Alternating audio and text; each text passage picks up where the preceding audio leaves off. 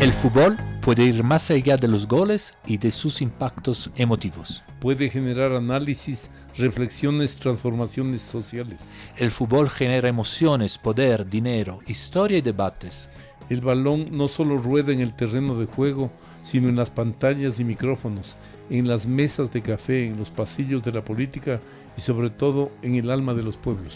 Por eso queremos compartir con ustedes fútbol, historia y sociedad, miradas hacia el Mundial. Un espacio, no solo para hablar de fútbol como deporte, sino como un fenómeno que nos explica cómo somos. Un Mundial no es solo una competencia, es reflejo de nuestra cultura, nuestros conflictos, nuestros sueños. Acompáñanos en este pequeño viaje de pensamiento y análisis. Somos sus anfitriones, Matteo Manfredi, Marco Romero. y con nosotros hoy está Marta Córdoba. Bienvenida. Gracias, un saludo cordial. Gracias por la invitación. Marco, estamos en el segundo episodio de nuestro programa. Hemos tratado en la vez anterior el tema del fútbol y la Guerra Fría, ¿no es cierto? Así es. Y yo pienso que en una lógica, digamos, de desarrollo cronológico también y, de nuestro programa, ha llegado el momento de tratar un tema delicado que se refleja a lo largo de toda la historia de los mundiales, es decir, el colonialismo y el fútbol, el colonialismo en los mundiales, los campeonatos mundiales, que se refleja de diferentes formas en los diferentes momentos con episodios cruciales. Uh-huh. Sí, ahí me parece muy importante destacar la ambigüedad del fútbol. Era un instrumento de las potencias coloniales, fue utilizado como para facilitar el control, para distraer la atención de la gente, para dividir también, por ejemplo, en Palestina, en la Palestina histórica, pero a la vez era un espacio que, al ser apropiado por los colonizados, al ser un desafío para, digamos, ganar o mostrar su presencia, también se convierte entonces en un espacio de resistencia fundamental, como vamos a ver en este programa. Exactamente. Marta, bienvenida otra vez más. ¿Qué te parece este tema? ¿Interesante? Y también, ¿puede seguir siendo actual? Bueno, tiene muchas complejidades el caso, porque sí, empezó siendo un colonialismo, el dominar a la masa, pero la masa se fue apropiando de ese deporte y creo que se identificó mucho más, lo hizo mucho más propio. Y luego, si tomamos el ejemplo de este mundial, precisamente la organización de este mundial está alejado de las masas, está alejado de la gente, es un mundial súper elitista, empezando por los precios, por las ubicaciones, por todo el negocio que hay. Sabemos que el fútbol ya no es el deporte, ya no es el espectáculo, es una industria que tiene diferentes aristas, y sobre todo el componente económico es básico. Se vendió el fútbol a las grandes corporaciones en cuanto a comunicación, en cuanto a marcas, en cuanto a industrias de tecnología. Entonces, el fútbol ya dejó de ser de la masa que disfruta con cada segundo de fútbol a enfocarse directamente con la élite.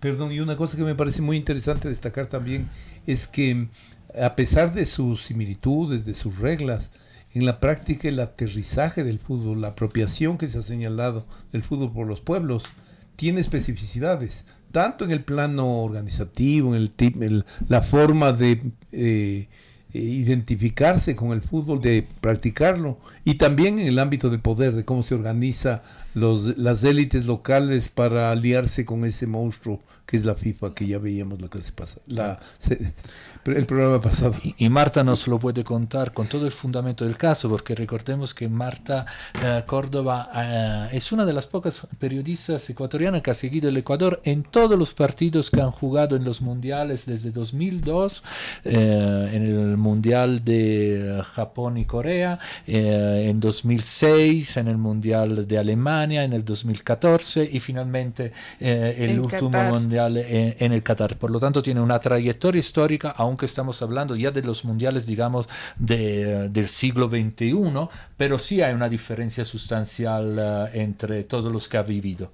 Claro que sí, empezando por algo muy simple que es la comunicación con la selección.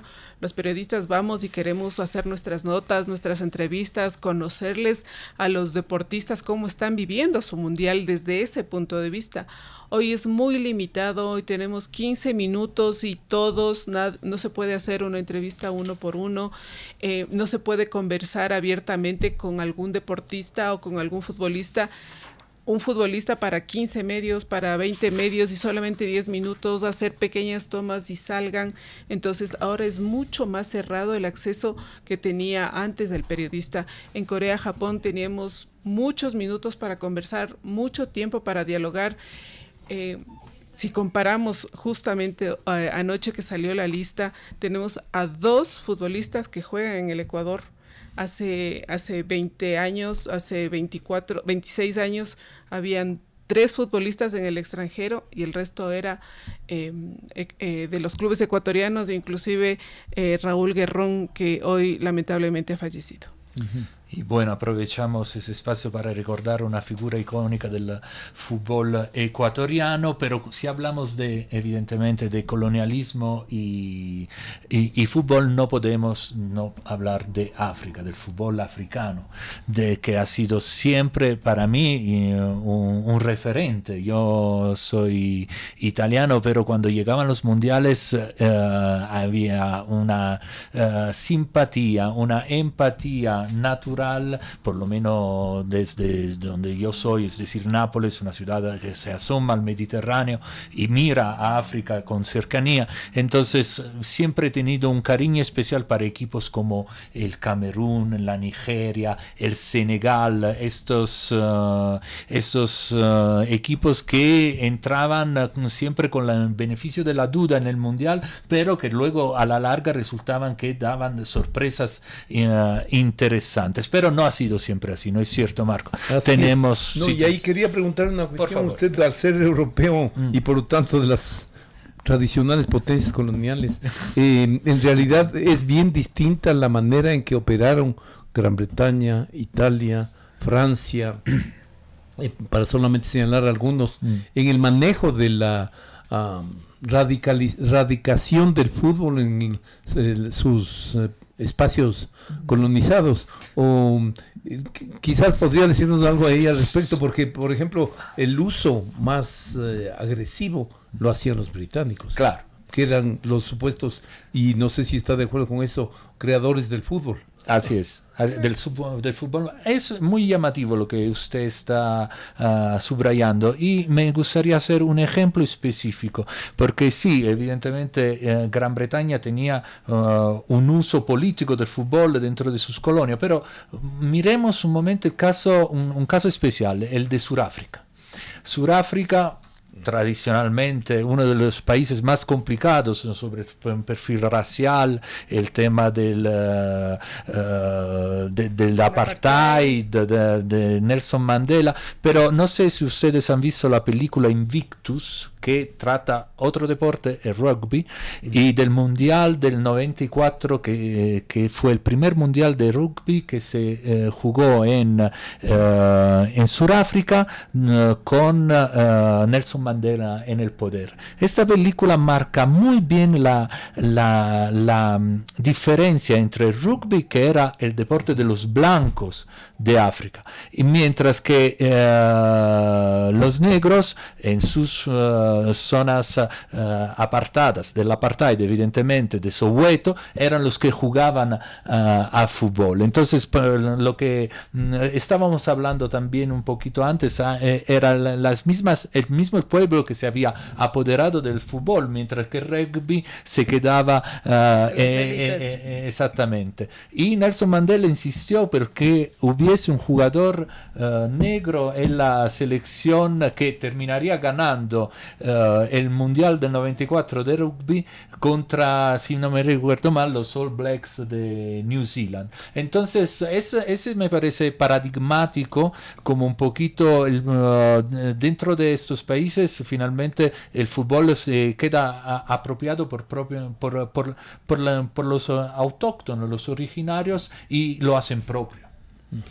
Yo tomaría de ejemplo la selección de Ecuador, la primera selección mundialista, y especialmente del Valle del Chota.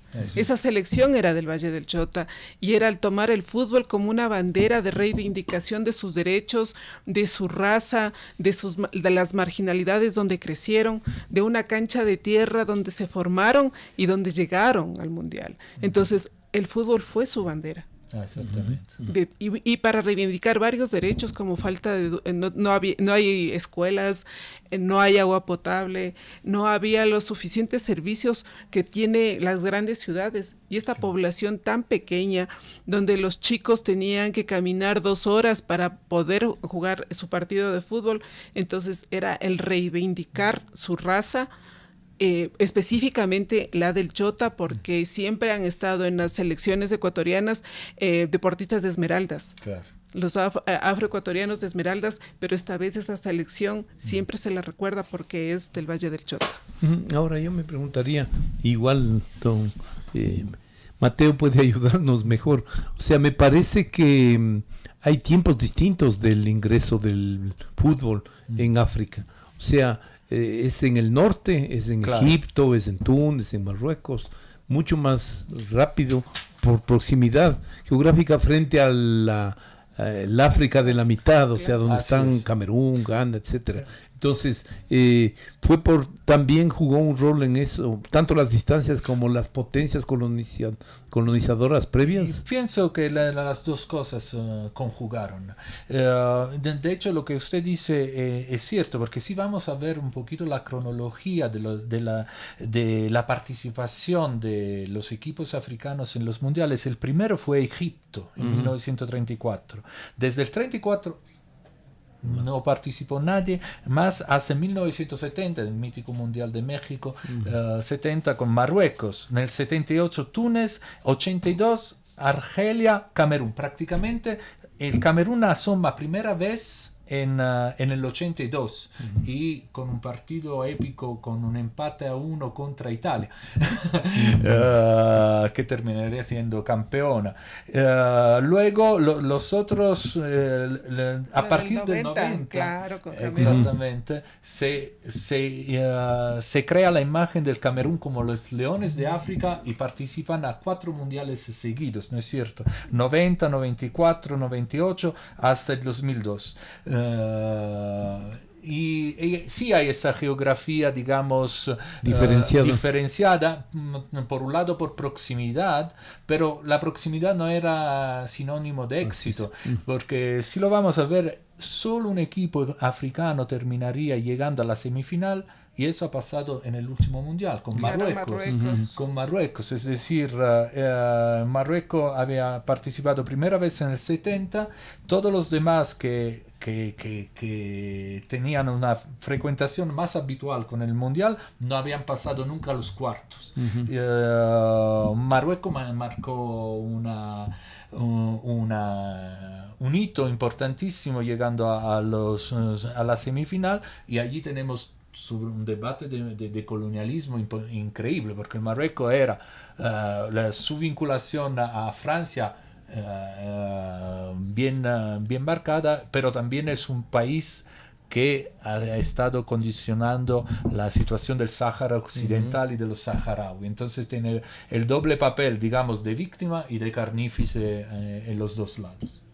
Pero también hoy es importante ver los torneos más importantes de Europa, como Inglaterra, como Francia, donde existe un sinnúmero de jugadores africanos que son ejemplo primero para su comunidad migrante y después para su gente. Hay gente que no quiere representar a otro país que no sea el de su raíz, el africano. Pero eso es más un fenómeno del siglo XXI, me parece a mí, porque efectivamente antes, y ahí quisiera relacionarlo con el tema de la organización de la FIFA, o sea, esto de por invitación, esta subrepresentación que tuvo durante la mayor parte de los mundiales del siglo XX, Asia, Australia, Nueva Zelanda y África sobre todo, es impresionante, ¿no? Así es. Ahora estamos en una nueva época que tiene sus límites y sus ventajas, límites evidentes como lo que estaba subrayando Marta anteriormente, de un fútbol siempre más alejado de su origen popular, digamos así, pero por el otro caracterizado también por la participación de equipos que hasta ahora nunca habían llegado al... Usted estaba hablando de Curazao, ¿no es cierto? Que no quería ver eso. Claro, pero yo creo que también se da porque se ampliaron los cupos. Yo creo que si volvíamos a los 36, no iban a llegar selecciones como la Uzbekistán, como Congo. Entonces, yo creo que la ampliación permitió precisamente que países que no han llegado al Mundial, esta vez lo hagan. Pero usted dijo una cosa que a mí me quedó sonando, y es que dentro de este proceso, ya en el plano doméstico, este aterrizaje de la FIFA básicamente en los distintos países, indudablemente que ha generado y ha sido un tema de múltiples polémicas desde mediados del siglo pasado, la elección de los futbolistas. El tema del regionalismo en países con bicentrales como Ecuador, la costa, sierra, Lima, Arequipa, en fin. Y entonces ese ha sido un tema bien polémico porque siempre ha estado sujeto a presiones, a el juego de intereses de equipos que tienen un poder especial a nivel doméstico. Y entonces esto que usted señaló hace un rato, esto de que dos juegan en el Ecuador, ¿le parece que es una representación adecuada o hay una sobre representación de jugadores que no hemos visto en ninguna transmisión de fútbol mundial, en la mayoría no voy a dar nombres, pero no, más me bien parece que hay un contrario. problema ahí. No, más bien al contrario, creo que es una evolución del deporte ecuatoriano que se ha proyectado, que ha crecido, que se ha proyectado internacionalmente, pero precisamente haciendo cambios en su estructura, en su armaje. Antes no teníamos escuelas de fútbol. Y hoy hay muchas escuelas de fútbol organizadas. Antes las dirigencias de los clubes se negaban a invertir en divisiones formativas. Hoy, después de seguir el ejemplo de Independiente del Valle, ya están surgiendo futbolistas. Liga ya está exportando, no en la cantidad que hace Independiente del Valle, pero Liga ya está exportando. El mismo Orense tiene una muy buena escuela en Machala. El Aucas está mandando jugadores al exterior. Entonces yo creo que es una evolución que tiene ahora el deporte ecuatoriano.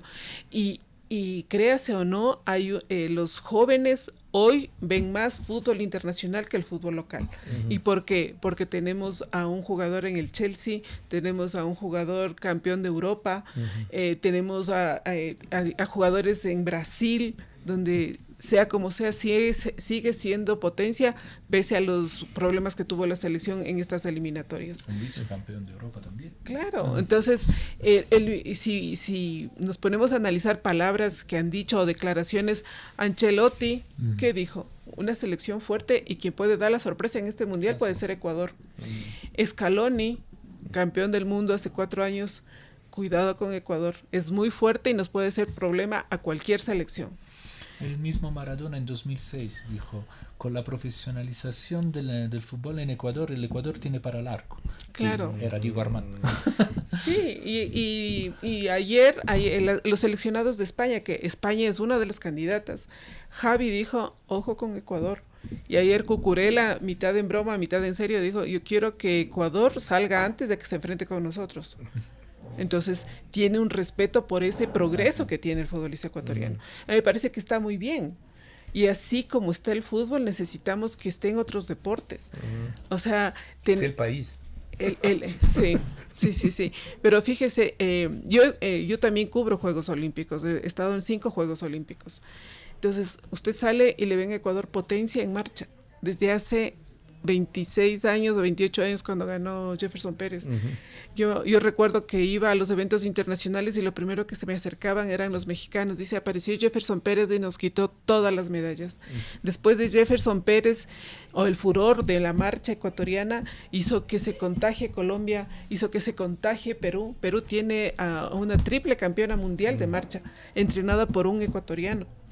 Entonces, es importante. Ecuador es potencia en halterofilia, en la halterofilia femenina, por Neisy, por Tamara, por Neisy. Entonces, además, Ecuador es potencia en lucha olímpica femenina. Tenemos a campeonas olímpicas, vicecampeonas olímpicas y campeona mundial. ¿Usted cree que por no haber sido colonizados o por habernos independizado un poco más pronto es que se han dado estos procesos? ¿O a qué le atribuye frente a nuestra pregunta el colonialismo? ¿Qué rol ha jugado? Lo que pasa es que el colonialismo se puede ver en nuestro caso por las diferentes casos que han llegado a nuestro país. Por ejemplo, en Manabí, un entrenador de fútbol dice, yo me voy a Manabí y consigo un volante de marca. ¿Por qué? Por la personalidad que tiene.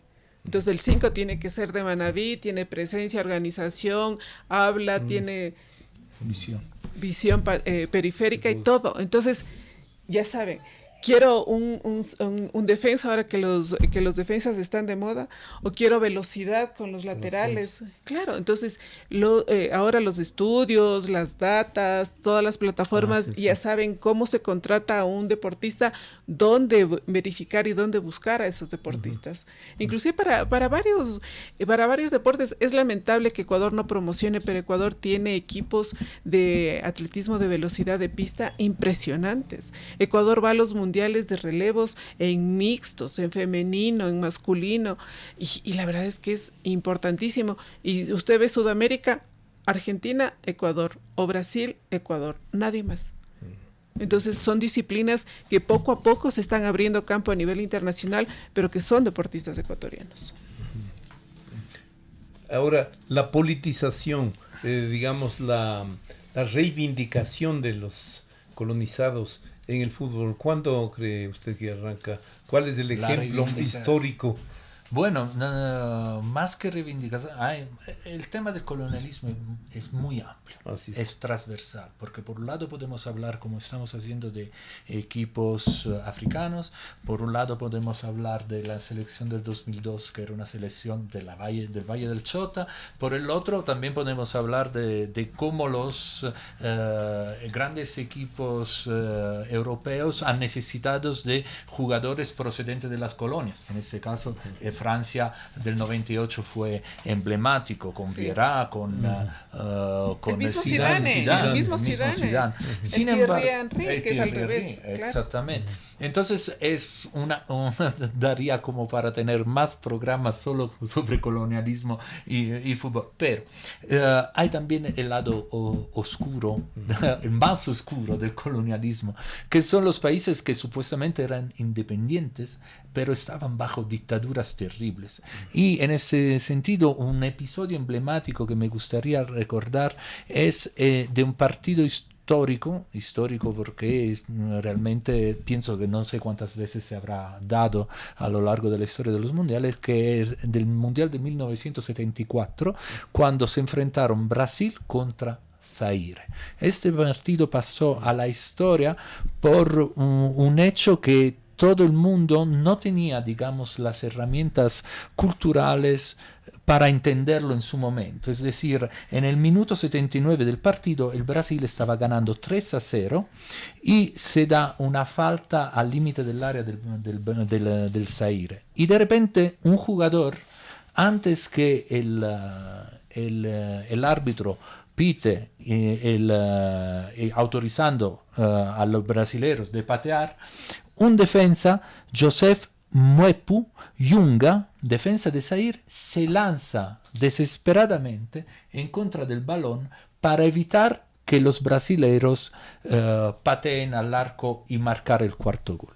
Este episodio fue etiquetado por todos los que no sabían la realidad del Zaire, como mira a estos salvajes que no saben jugar, ni saben las reglas de que cuando el árbitro pita, y por lo tanto pensó en derecho de esa. En realidad era un profesional de fútbol que sabía muy bien que no podía intervenir en este momento, pero lo que no se sabía era lo otro, que Zaire era una dictadura, como estaba diciendo en este momento, y estaba bajo uno de los dictadores más, digamos, delirantes del siglo XX, que era Mobutu Sese Seko, quien había renombrado el país, había cambiado el nombre, su propio nombre, había exigido a los africanos de cambiar sus apellidos y quería usar la selección como instrumento de propaganda. Sus propósitos evidentemente chocaron con la realidad, porque en el primer partido Yugoslavia metió 9 goles a Zaire. En el segundo partido, en el segundo partido perdió 3-0 contra Escocia. Entonces el dictador ordenó que el Zaire no podía perder con más de 3 goles contra Brasil, porque si no, al retorno hubiese matado todo el equipo. Entonces, lo que nosotros entonces el colonialismo va mucho más allá de su propia historia, de la política, también en la visión que uno tiene de estos acontecimientos. Entonces, por un lado, un país que se consideraba independiente, en realidad formaba parte de una dictadura, de una de las dictaduras africanas, y que estos pobres jugadores estaban jugando para salvar su propia vida. Eso es el tema. Y los occidentales, perdón, y con eso no tuvimos las herramientas para interpretar correctamente ese acontecimiento hasta años después. Ahora, volviendo a esto de las cuotas o de la representación de los continentes, no tiene lógica. Me parece que, no sé si usted coincide, que hay una sobrerepresentación europea.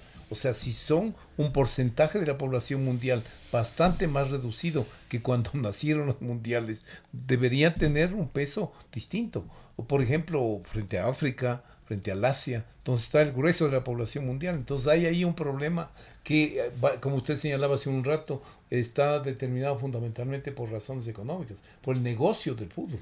Lo que pasa es que en Europa existen mayor número de federaciones. Así es. Recordemos, y esto pasa mucho, hay mucha malestar en varios deportistas en Juegos Olímpicos.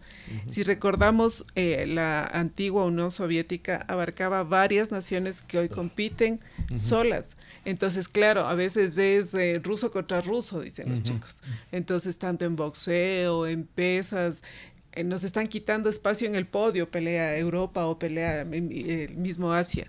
Entonces, algo parecido sucede en el fútbol, que son 14 puestos para Europa. Y claro, y para Sudamérica somos 10. Y si ya nos ponen 5, ya es la mitad. En cambio, Europa tiene como 65 federaciones y 14 es poco.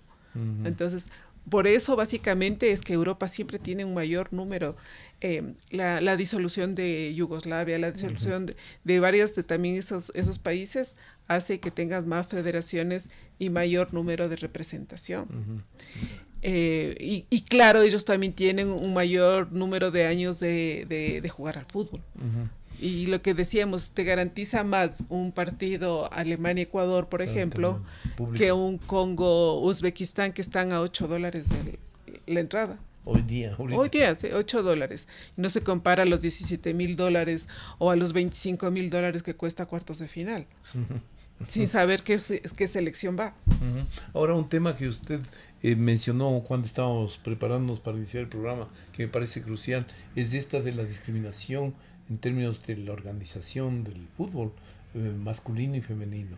Yo sé que es un fenómeno reciente, no sé que 3 décadas del fútbol femenino, y hay ahí una discriminación, unas diferencias abismales en público, o que se van reduciendo, sin embargo, parece en el último tiempo, pero las brechas continúan, ¿no?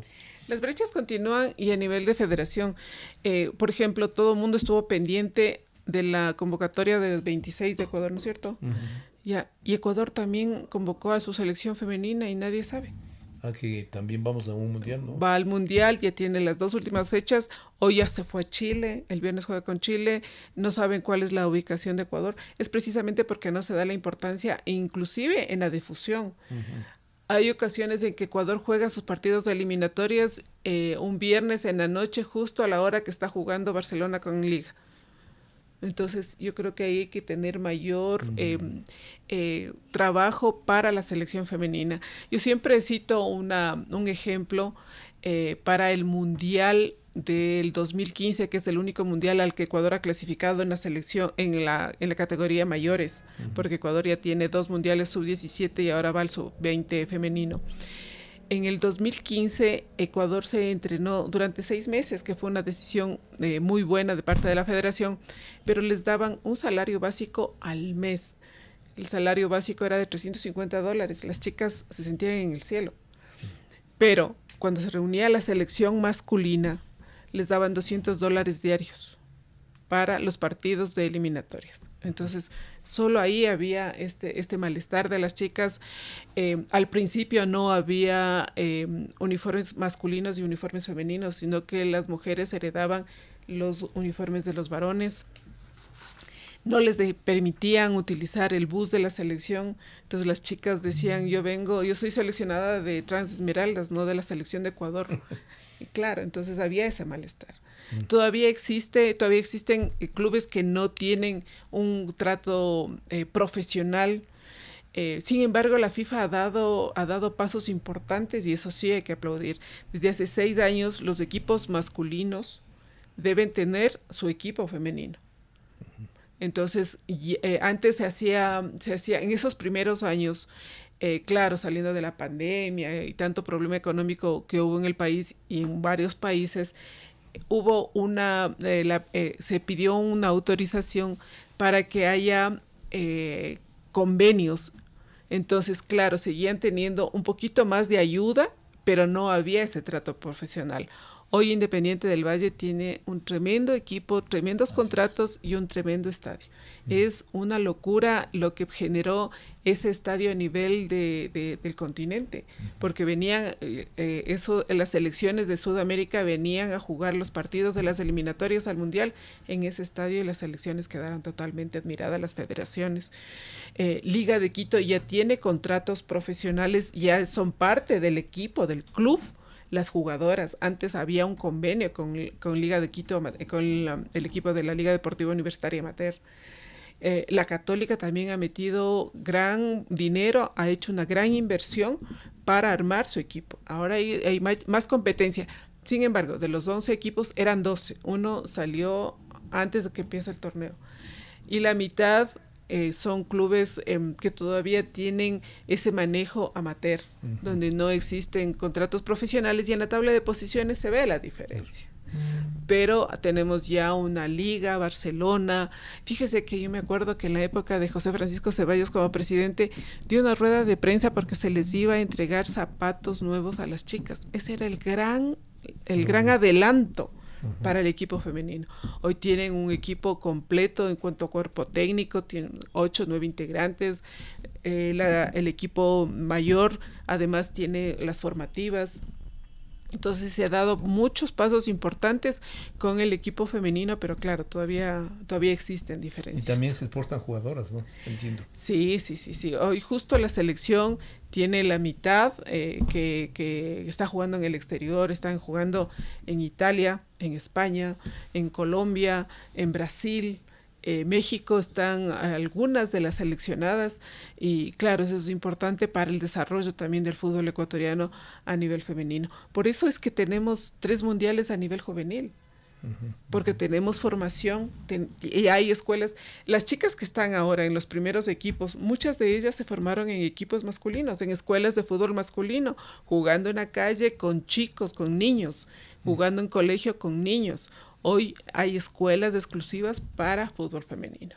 Entonces se ha convertido el fútbol masculino y femenino en un mecanismo de movilidad social muy, muy importante. Sí. Y hay jugadoras que ya pueden vivir del fútbol. Entonces eso ha sido importante para el fútbol y yo creo que dentro de poco va a haber sorpresas porque hay buen elemento, la selección sub-20 es muy buena. El torneo mundial va a ser en Polonia.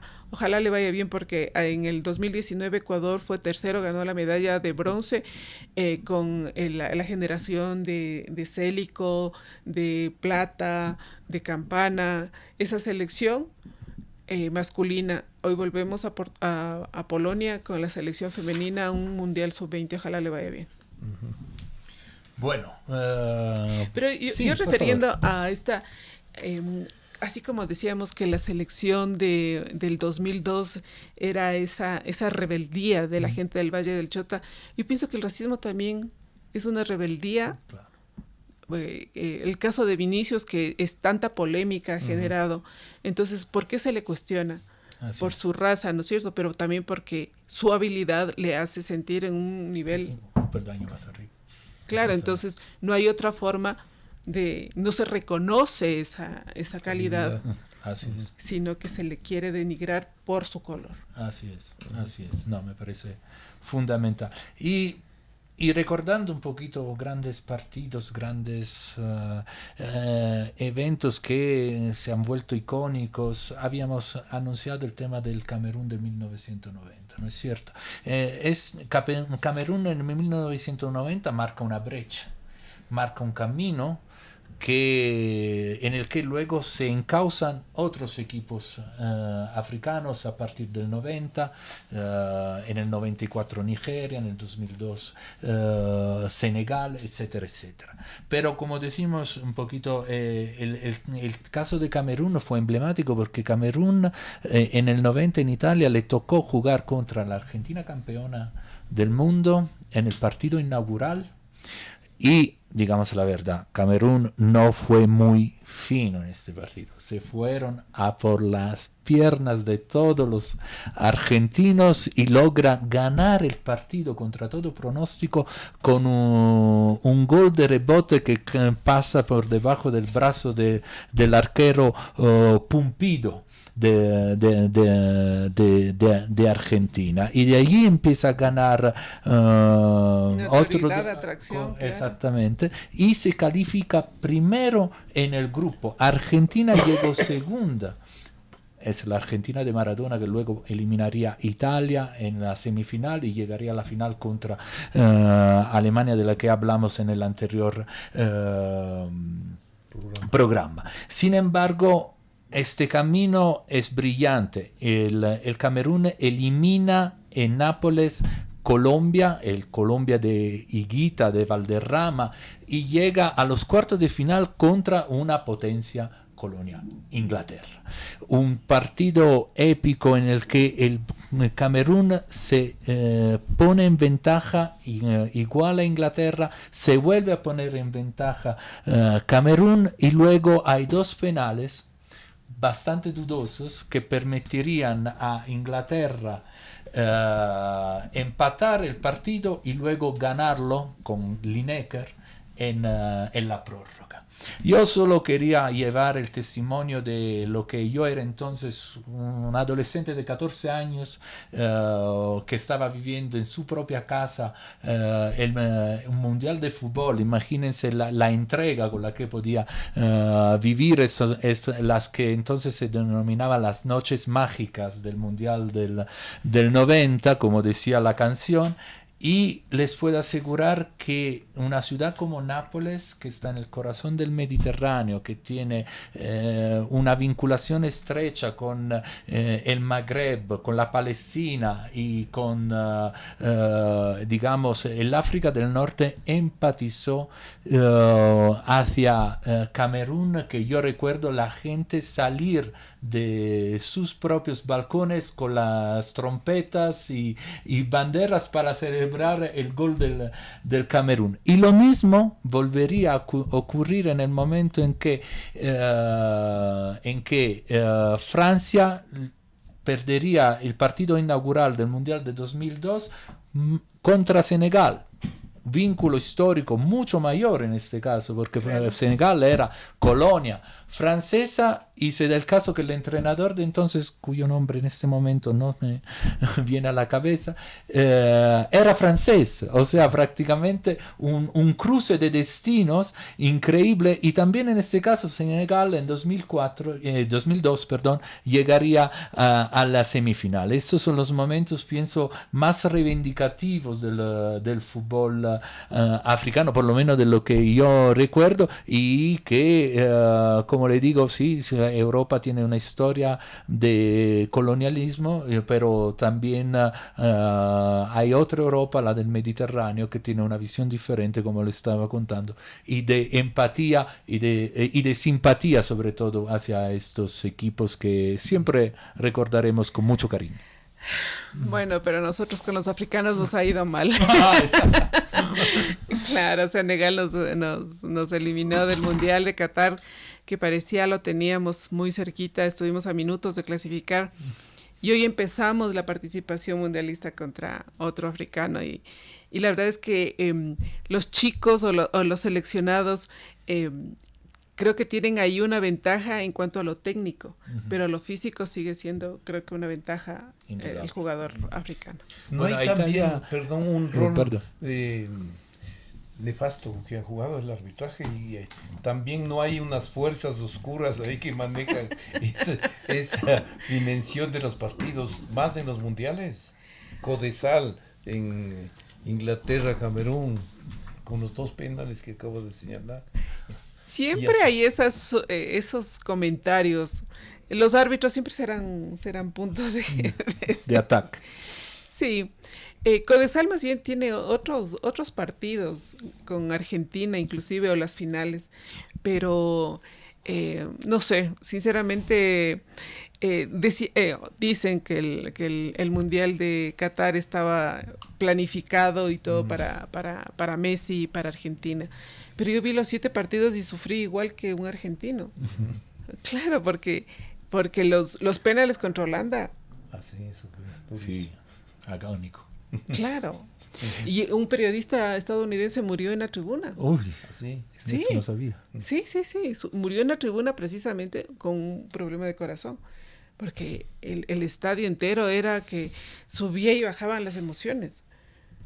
Entonces... Bueno, no hablen, por favor, de árbitros, porque la historia del fútbol italiano está manchado por un árbitro ecuatoriano, Byron Moreno. No quería que le o sea, no, yo solo recuerdo este partido contra Corea y de los 3 expulsados italianos, 2, 3, una cosa. Totti, única.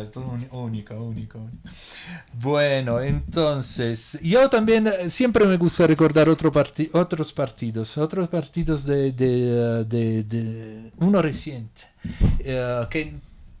que no relativamente reciente. El tiempo pasa porque me refiero al Mundial del 2010, el partido de cuartos de final entre Uruguay y Ghana, no sé si se lo recuerda. Un partido increíble. Fue un empate a 1 que tapó en el minuto 120. Suárez tapa con la mano y luego viene el penal y la ataja. Se va al traversaño. Sí. Se va al traversaño. Entonces ahí, por ejemplo, ¿qué pasa? No hay árbitro. El árbitro pitó porque en verdad la mano era demasiado evidente. La mano era más que patente. Hay una cuestión, o sea, luego del programa anterior yo me he ido a ver en YouTube algunas cosas de los que hablamos, porque yo no tenía conciencia, por ejemplo, de un partido Chile-Italia en los años 60. Sí. Entonces la pregunta que yo tenía es, ¿cuándo se puso las tarjetas rojas y las tarjetas amarillas en el Mundial? Porque después eso era una masacre. Después de los 90, para México 70. Acordémonos el caso nuestro, cuando Ansaldo roto la costilla, no podía hacer, no podía hacer, y tampoco había cambios. O también la leyenda o el hecho mismo, que un argentino, no me acuerdo, Retín, le expulsaron y él no quería salir. Y él se quedó abajo donde estaba la reina, que todo el mundo le tenía el altar. Y él se quedó ahí. Entonces sí, después para México 70 ya se ponen algunas reglas, porque claro, ya venía, en México 70 viene todo un boom de la tecnología, empiezan ya a venderse los derechos de televisión, y México 70 a la FIFA le contagia a los Juegos Olímpicos. Entonces a partir del 74 también empieza todo ese boom de la venta de los derechos, las marcas, los partners. Entonces claro, viene toda esa comercialización que en el fondo era bueno para el deporte, claro, pero luego se fueron inflando esos presupuestos y vimos el caso del FIFA Gay, que había demasiados millones y claro, ya vienen esos problemas de corrupción. Marta, ¿dónde llega Ecuador este mundial?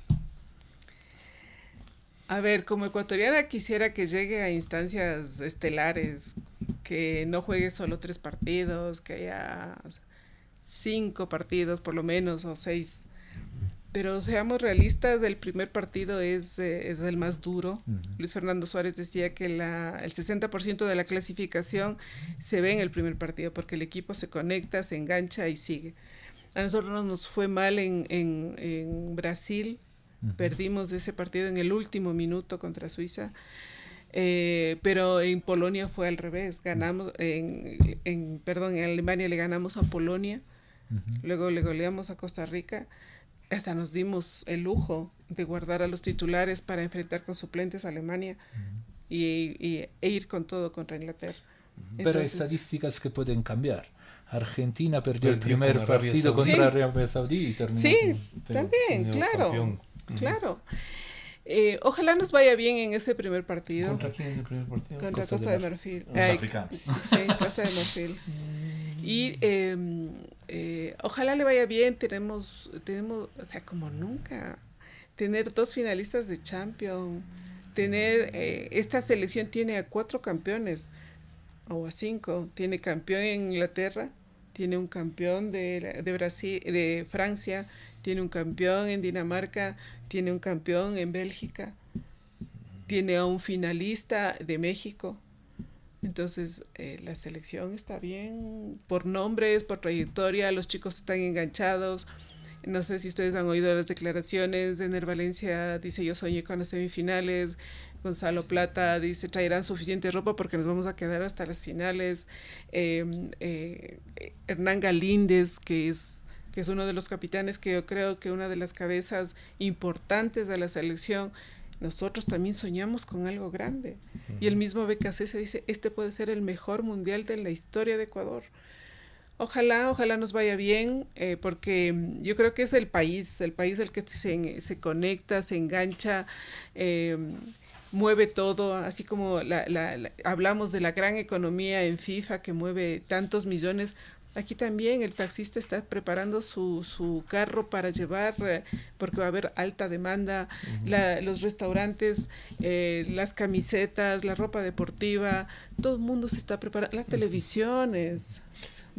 Pero ahí, ¿usted no cree también que hay un riesgo de utilización política de los resultados de las elecciones? Y en ese sentido, uno se pregunta, ¿qué es más conveniente? A ver, si vamos por todo esto que estamos hablando, los derechos de transmisión por televisión y por radio lo compró el Estado. Entonces ahí... Ya dice bastante. Eso, cada uno tiene su propia interpretación. Sobre todo para las radios ha sido clave, porque las radios no iban a transmitir. No había el dinero, las marcas no están invirtiendo en los medios de comunicación. Entonces, el que el Estado haya asumido esta transmisión de los partidos es muy importante. Yo digo, al fin y al cabo, la gente, yo creo que tiene ese derecho de ver el mundial. Mucha gente pide permiso, pide vacación todo este mes de junio para ver el mundial. A los que nos gusta el fútbol, ver 3-4 partidos al día es una delicia. A mí me encanta. Los domingos yo hago eso, yo veo 3-4 partidos, no solo por trabajo, sino también porque me gusta. Pero la gente está preparando su televisión, está preparando sus snacks, a los amigos. Y eso significa mover económicamente al país, mover la economía. Ahora, el manejo político puede darse porque en esas transmisiones las obligatoriedades existen. Uh-huh. Ahora, no es primera vez que se hace en varios países, ¿no? El Mundial. Corea, Japón. Uh-huh. Pero cree, lo que conversábamos al comenzar también, que puede haber riesgos y puede haber asuntos de extrafútbol que afecten al proceso. Esperemos que no, pero siempre hay hay un miedito, hay un miedo, creo yo. Sabemos que Estados Unidos e Inglaterra y toda la OTAN está al servicio ahora. En los grandes eventos, las grandes naciones se ponen de acuerdo para la seguridad. Yo recuerdo en los Juegos Olímpicos de Atenas que también había este miedo, pues la OTAN mandó a todos los ejércitos europeos a cuidar esa ceremonia inaugural de Grecia, de Atenas, y fue impresionante. Esperemos que no, que Estados Unidos y las grandes naciones garanticen la seguridad, tanto en Estados Unidos por el conflicto de guerra que tiene con países árabes, como México, que tiene problemas internos por el narcotráfico. Y para cerrar un poquito, también me gustaría pensar un poquito en las diferencias entre este mundial, que viene, digamos, unos 32 años después del mundial del 94 en Estados Unidos, de la famosa final Italia-Brasil que terminó en los penales. Y la visión que teníamos los europeos del mundial de entonces, del 94, mira estos gringos que no entienden nada, que van al estadio como si fuera un partido de básquet con la Coca-Cola y la gorrita, porque teníamos una visión completamente diferente del fútbol. En el 94 el fútbol europeo tenía una marcada matriz popular, las barras, habíamos pasado también por momentos críticos grandísimos con el tema de los hooligans, del Liverpool, y nos parecía en cierta medida incluso ridículo, y podíamos bulear a los americanos por su forma y fue un mundial en el que pasó un acontecimiento de crónica que se ha vuelto histórico, es decir, el caso de O.J. Simpson durante el mundial, y lo que nos llamaba mucho la atención a los europeos es que los americanos tenían mucha más atención hacia O.J. Simpson que hacia el mundial. 32 años después las cosas han cambiado mucho, ¿no es cierto? Yo pienso que no tanto, o sea, que va a haber mayor afición que en relación al 94, sí, pero yo creo que no, todavía el fútbol no es una preferencia del norteamericano, del estadounidense. El estadounidense sigue con el básquet, el hockey, el fútbol americano, el béisbol. Hace 2 años estuvimos en Estados Unidos en la Copa América. Y la fiesta era de los latinos. De los latinos. La fiesta era de nosotros, de los visitantes, de los turistas. El estadounidense seguía yendo no sabía ni qué pasaba cuando pasaban por el estadio. ¿Qué pasa acá? Claro, no sabía. Pero sí hay una... Hay mayor inversión, hay mayor... inclusive por el estadio. El estadio ya no se llama Nightlife, por ejemplo, o no se llama el American Arena. Entonces, no, el American Airlines no se llama. Entonces, ¿por qué? Porque ahora es solamente el estadio de Nueva York, el estadio de Atlanta. Las marcas desaparecieron. Tal vez por eso les llame la atención. Pero los americanos, los estadounidenses, siguen con sus deportes. Claro. La gente que está yendo a los estadios a mirar la MLS, la gente que se está contagiando con las escuelas de fútbol, no sabemos... O sea, a mí me encantaría y ojalá sea así, que Ecuador sea local en todos sus estadios. Vimos que para el partido amistoso del sábado estuvieron 20,000 ecuatorianos. Van a estar de los 40,000 del Nightlife, va a haber siquiera unos 35,000 ecuatorianos. De Ecuador están viajando como 5,000 o 8,000 ecuatorianos, más los residentes allá. Pero ojalá no haya problemas con migración, con que no haya batida sorpresa, que nos dejen disfrutar la fiesta. Bueno, entonces Messi no ha sido tan impactante en Estados Unidos. O sea, no al nivel que se quiere, claro. no al nivel que se quiere. Ya sabe, mucha gente ya sabe quién es Messi, pero también mucha gente no sabe quién es Messi y él tiene la libertad de ir a cenar a un restaurante con su esposa a una fecha X. Claro. Lo que no podría hacer en Argentina, lo que no podría hacer en la misma Barcelona. Bueno, el silbato ha sonado. El tiempo reglamentario termina, pero hay aún muchas inquietudes que quedan en el aire. Porque el fútbol, al igual que la historia, nunca se detiene. Vamos a seguir conectando la cancha de fútbol con la memoria de los pueblos, con el pulso de la economía y con la fuerza de la política. Cada pase, cada grito de gol, el silencio de una tribuna son el espejo de nuestra sociedad. Sigamos conversando, sigamos cuestionando, sigamos reflexionando. Nos escuchamos en nuestro próximo encuentro. Estuvieron con ustedes Marco Romero, Mateo Manfredi y Marta Córdoba. Muchísimas gracias, un gusto, un placer.